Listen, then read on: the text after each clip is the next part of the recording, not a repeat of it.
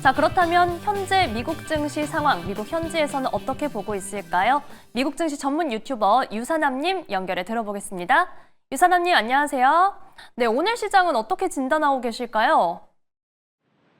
네, 오늘 시장의 움직임은 예상보다 훨씬 부진하게 발표된 ADP 고용 보고서에 큰 영향을 받고 있습니다. 이번에 5월 민간 부분 고용이 37,000개만 증가하게 되게 되면서 2년 만에 최저치를 기록하게 되게 되면서 전반적으로 이전 달에 비해서 고용 증가세가 급격하게 둔화되었음을 나타내는 지표가 나왔습니다. 노동시장의 잠재적 약화를 시사하며 보고서 발표 이후 국채금리가 크게 하락을 했는데요. 2년물 국채금리는 3.924로 10년물 국채금리는 4.4 언저리로 떨어지게 되면서 달러의 약세와 동시에 금리 인하에 대한 기대감을 반영하는 움직임을 보여주고 있습니다.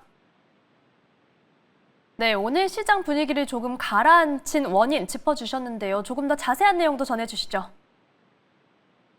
네, 일단 이번 주 스케줄, 오늘 스케줄 먼저 간단하게 먼저 말씀드리고 짚어보도록 하겠습니다. 일단 오늘 같은 경우는 이미 가장 중요한 지표인 ADP 비농업 지수가 나온 상황이고요. 그러고 나서는 ISM 서비스업 지표가 곧 발표가 될 예정입니다. 그래서 원유 재고와 베이지북에 대한 지표 발표가 있을 예정이고요. 그러고 나서 오늘 나왔던 ADP 지표 간단하게 짚고 넘어가 보도록 하겠습니다. 오늘 발표된 5월 ADP 민간 고용 보고서에 따르면 미국의 고용 시장이 크게 둔화된 것으로 나타냈는데요. 특히 지난달 민간 부문에서 추가된 일자리는 단 37,000개로 이는 2023년 3월 이후 가장 낮은 수치이며 시장 예상치인 11만 개에서 12만 개를 크게 밑돌았다는 지표가 나왔습니다. 지난 4월에 6만 개 증가에 비해서도 더욱 감소한 수치인데요. 이러한 실망스러운 고용 데이터에 대해서 시장 반응이 즉각적으로 채권 시장에서 나온 상황이고요. 세부적으로 살펴보자면 서비스 부문은 3만 6천 개의 일자리를 추가를 했지만 상품, 굿즈 생산 부분은 단 2,000개의 일자리를 감소하게 되게 되면서 특히 레저 및 접객업에서 3만 8천 개로 가장 큰 폭의 증가를 보였고요.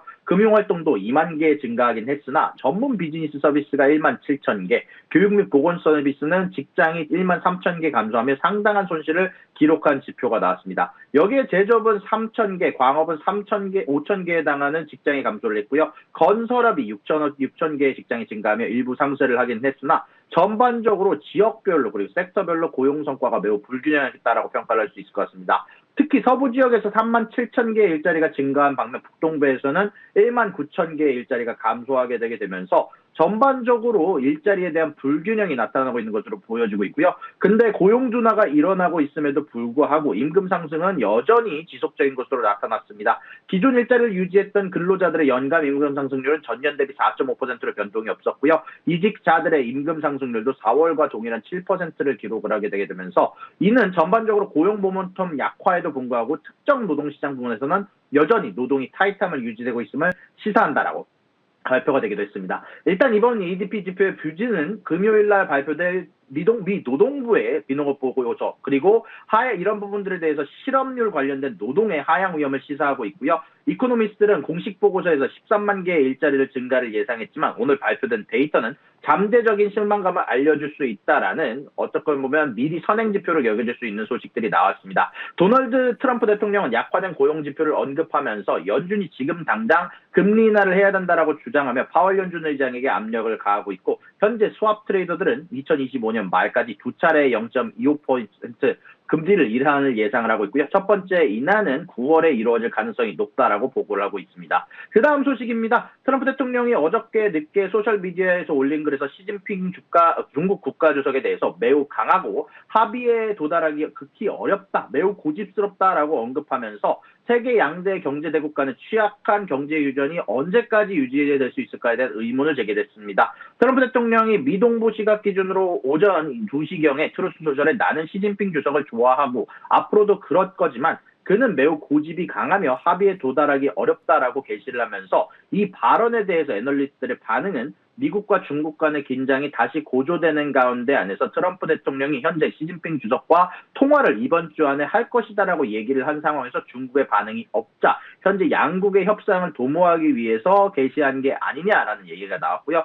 그런 가운데 안에서 트럼프 행정부가 지속적으로 중국에 이번 주에 얘기를 했던 제트 엔진 부품에 대한 선적 금지, 중국의 반도체 설계 소프트웨어 접근 제한, 화웨이 테크놀로지스에 대한 추가적인 규제 조치를 모색하는 가운데 안에서 중국을 압박하는 가운데 안에서 트럼프 행정부가 지속적으로 타임어택, 특히 이번에 법원의 불법 판결로 인해서 합의에 대해서 빠르게 경제 협상에 대해서 진행해야 되는 가운데 안에서 중국 쪽에서는 자신들의 입장을 고유하면서 중국과 미국 관계 발전의 원칙과 입장은 일관된다라고 답하게 되면서 전반적으로 이런 협상이 늦어질 것 같자 압박하기 위함이 아닌가라는 얘기가 나오고 있고요. 여기에 대해서 미국과 중국은 여러 문제에서 이견을 보이는 부분들에 대해서 이번 주 후반에 양국 간 정상통화가 이루어질 것으로 예상한다라고 소식이 전달이 되기도 했습니다.